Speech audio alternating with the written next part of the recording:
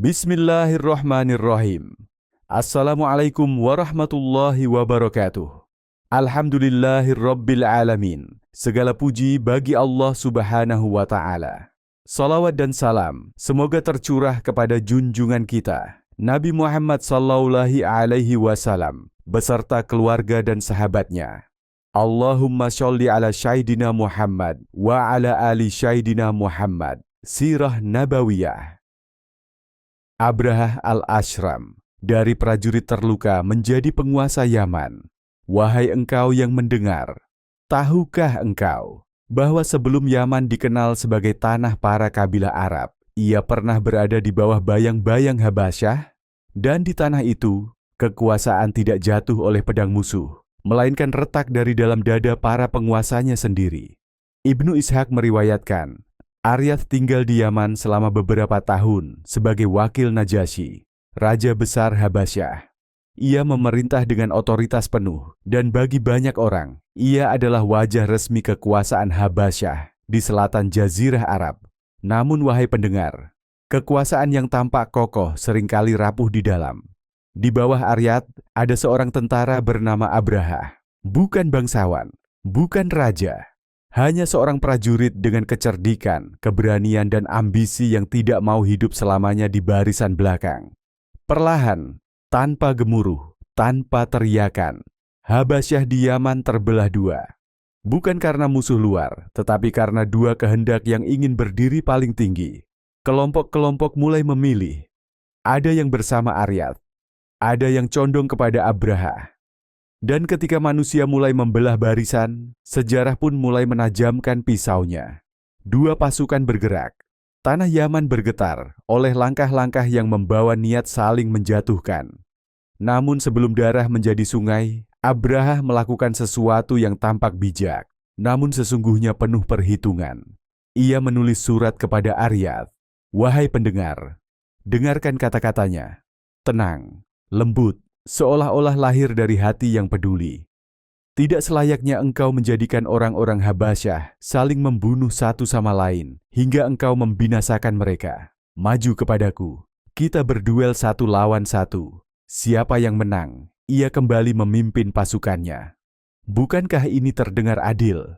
Bukankah ini tampak seperti kebijaksanaan? Namun wahai pendengar, kadang akal lebih tajam daripada pedang, dan kata-kata bisa lebih mematikan daripada tombak. Aryath membaca surat itu, dan dengan keyakinan seorang yang merasa unggul, ia menjawab singkat, "Kau benar."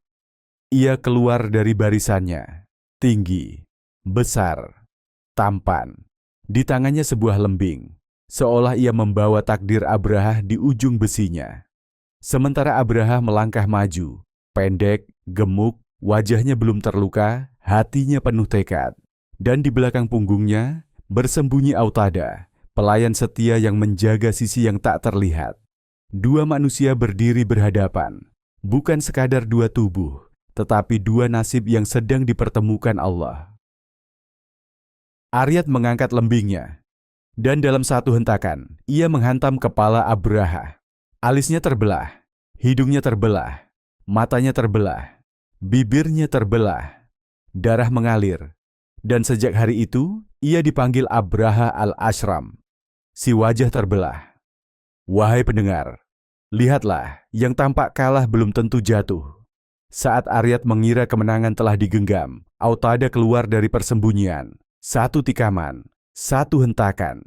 Aryath roboh, dan ruhnya meninggalkan jasadnya di tanah Yaman. Sunyi, pasukan Aryath terpaku.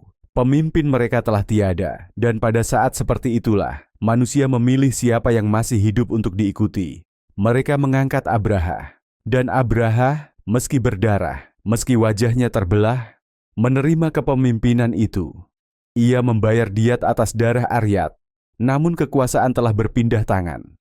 Berita itu terbang menyeberangi laut hingga ke istana Najasyi. Dan Najasyi murka. Bukan murka biasa, tetapi murka seorang raja yang kehormatannya diinjak. Dia telah melampaui batas, membunuh gubernurku tanpa izinku.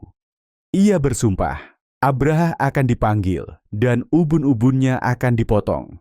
Wahai pendengar, Disinilah Abraha menunjukkan bahwa kekuasaan tidak selalu diraih dengan keberanian, tetapi kadang dengan kerendahan yang disengaja. Ia mencukur seluruh rambut kepalanya. Ia mengambil tanah Yaman, negeri yang kini ia kuasai, dan memasukkannya ke dalam kantong kulit. Lalu ia menulis surat, "Wahai Paduka Raja, Aryath adalah budakmu, dan aku pun budakmu. Kami berselisih memahami perintahmu, namun seluruh ketaatan adalah milikmu. Aku lebih kuat mengendalikan Habbasyah di Yaman.